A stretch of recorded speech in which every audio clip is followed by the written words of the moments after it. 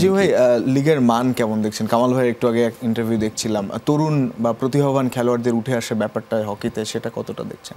লিগের মান আমি বলবো যে আগের সাথে একটু কমে গেছে, কারণ আপনার এই যে টিমগুলো আগে খুবই ভালো মানের টিম করতো, দেখা গেছে যে 3 বছর পর লিগ হলে তখন প্লেয়ারের সংখ্যাও কমে যায়।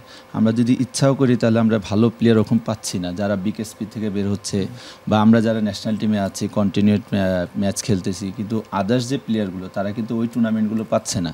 তো এই ব্যাপারে হলে গিয়ে যে যারা আগ্রহ নিয়ে হকিতে আসে, তখন দেখা যায় 3 বছর পর যদি লিগ হয় তখন তার একটা এই মানে ফিউচারে নিয়ে তারা টেনশনে পড়ে যায় যে হকি খেলে, বাট সে কিন্তু প্রফেশনাল হিসেবে হকিটাকে বেছে নিয়েছে। তো এটা যদি কন্টিনিউ হয় তখন আমরা প্লেয়ারের সংখ্যাও বাড়বে এবং লাস্ট এই যে এই লিগে যে কয়েকটা টিম আছে তারা ভালো মানের টিমটা না করার কারণে দেখা গেল যে এক একটা ম্যাচে প্রায় 16টা 17টা 18টা গোল হচ্ছে। তখন কিন্তু প্রিমিয়ার লিগে যদি এরকম একটা ডিস্টেন্স থাকে, একটা গ্যাপ থাকে, তখন কিন্তু ওই লিগটা ওরকম জাঁকজমক হয় না। রাইট। এবং আপনি যদি গত 20 বছর যাবৎ দেখবেন যে শুধু 5টা টিমই কিন্তু চ্যাম্পিয়নের জন্য ফাইট করে।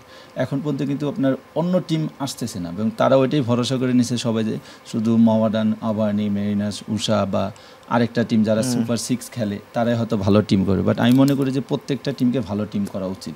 তাহলে দেখা যাবে যে কোনো এক কারণে যদি কোনো সময় যদি মোহামেডান, আবাহনী না, উষা না, মেরিনা, অন্য কোনো টিম চ্যাম্পিয়ন হয়, তখন সবার মধ্যে একটা ফাইট চলে আসবে। ভালো টিম করার জন্য চ্যালেঞ্জটা আসলে মূলত কি? প্রতিভাবান নতুন খেলোয়াড়, নাকি যারা দল পরিচালনা করবেন কিংবা দল গঠন করবেন তাদের? এখানে গ্যাপ হলো যে আপনি দেখেন 3 বছর পর যদি লিগ হয় তখন ক্লাবের কর্মকর্তা বলেন, ফেডারেশনের বলেন এবং প্লেয়ার সবার মধ্যে একটা গ্যাপ সৃষ্টি হয়, এবং দেখা যাচ্ছে এটা রেগুলারই হয়ে গেছে। যদি আমাদের প্রতি বছর লিগ হতো তখন সবার অ্যাক্টিভনেস থাকতো, আমাদের প্লেয়ারের সংখ্যা বাড়তো, তখন ভালো মানের আমরা প্লেয়ার পেতাম।